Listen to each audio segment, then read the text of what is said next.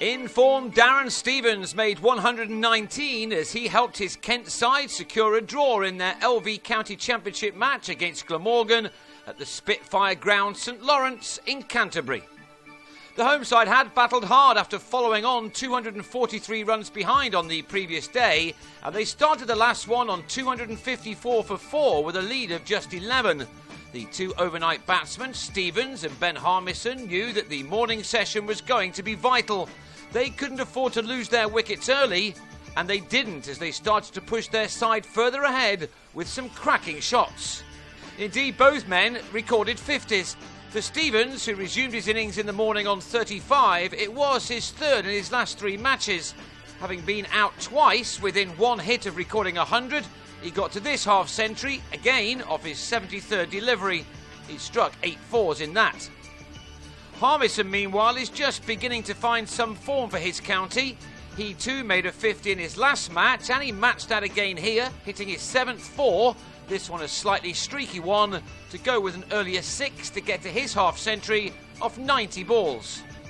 The match situation perhaps suggested that these two batsmen would aim to block first and foremost. Stevens, though, does not play like that, and he still hits some fierce strokes, knowing that getting runs would use up time later as well. In fact, he played some thumping shots, including this flat 6 off Jim Allenby, which helped this 5th wicket partnership add 163 runs.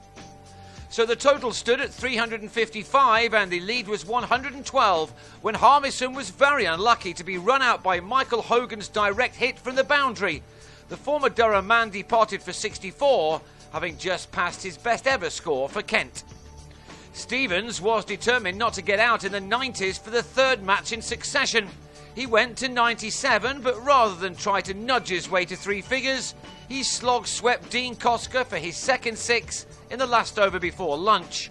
What a knock it was again from the 37-year-old. In spite of the pressure he was under, he still got to his ton off only 134 balls, from which he'd smashed 17 4s and 2 6s.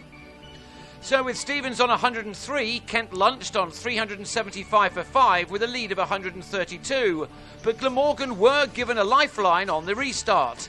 On 119, Stevens was surprised to be bowled around his legs by Kosker, and 3 overs later, Geraint Jones lost his leg stump to Michael Reid, a dismissal which effectively left the home side on 158 for 7.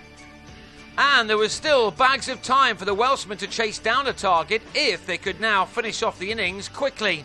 On loan, Mitch Claydon and Callum Haggett were instead able to see out the next 9 overs, in which, just as importantly, they added a further 36 runs to take their lead to just beneath 200. There was still a minimum of 50 overs of the game left when Haggett was bowled out of the rough by Kosker after making 17. But Claydon continued to run the clock down as he batted out an additional 14 overs with Adam Riley. Within that time, Kent had done enough to ensure that there was no way back for the opposition. In total, the Durham man stuck it out for an hour and a half for his fine 40. His innings was also ended by Kosker, for whom this was his 5th wicket in what had been a hard day for the veteran spinner. So that was just about that, although before the end, Charlie Shrek hit a rare maximum as he equalled his career best of 19 in what was his 138th first-class innings. From those, he's only ever scored 318 runs as an average of 5.